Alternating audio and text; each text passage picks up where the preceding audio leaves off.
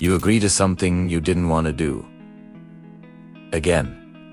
You're sitting there afterwards, wondering how it happened. You had a clear plan to say no, but somehow, 20 minutes into the conversation, you said yes. And now you're restuck doing a favor you didn't want to do for someone who somehow made you feel like you owed them. This isn't an accident. You weren't outsmarted because you're dumb. You were manipulated.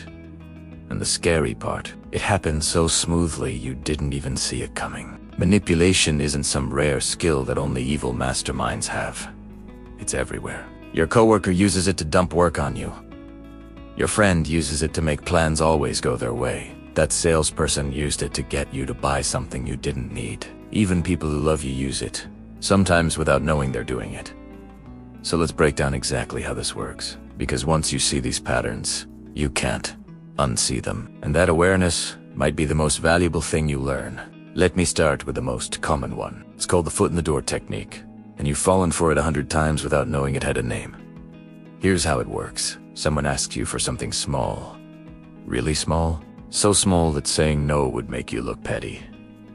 Can they borrow a pen? Can you answer a quick question? Can you just look at something for 1 second? You say yes, because it costs you nothing.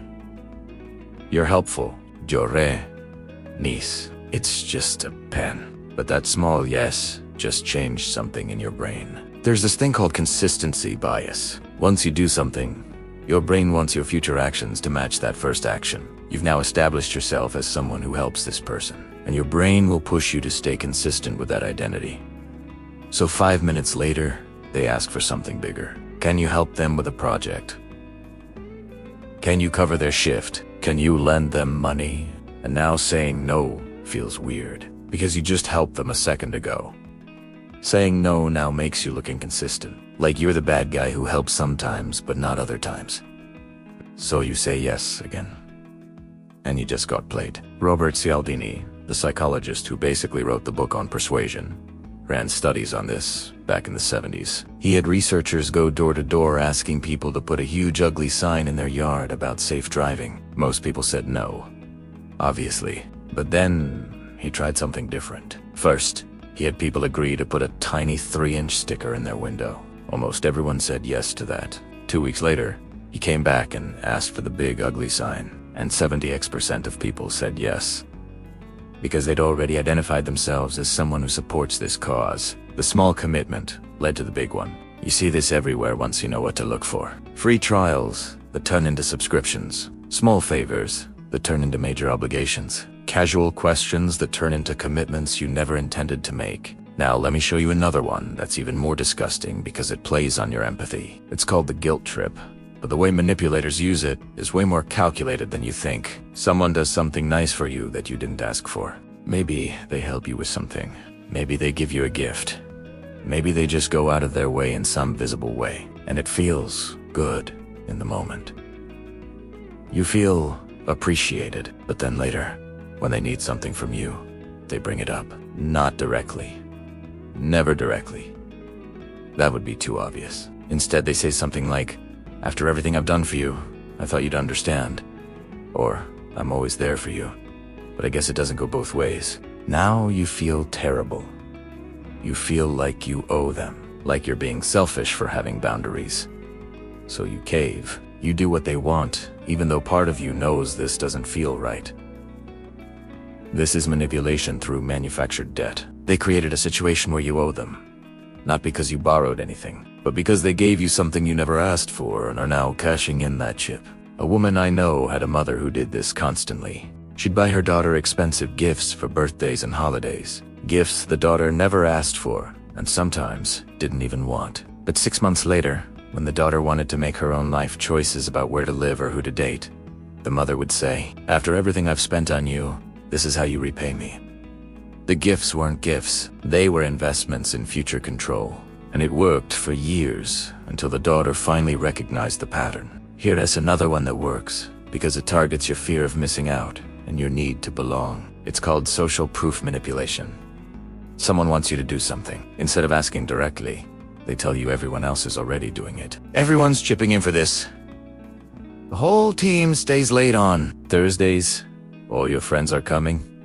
They're manufacturing pressure, through an implied majority, and your brain, which is wired to follow the group for survival reasons, starts panicking. If everyone's doing it and you're not, maybe you're wrong. Maybe you're the problem.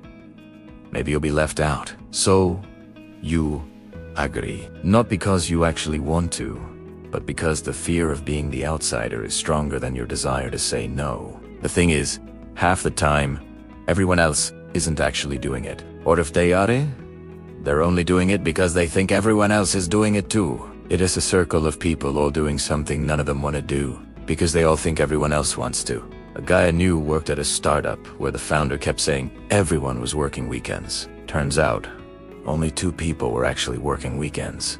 But everyone else came in because they thought it was expected.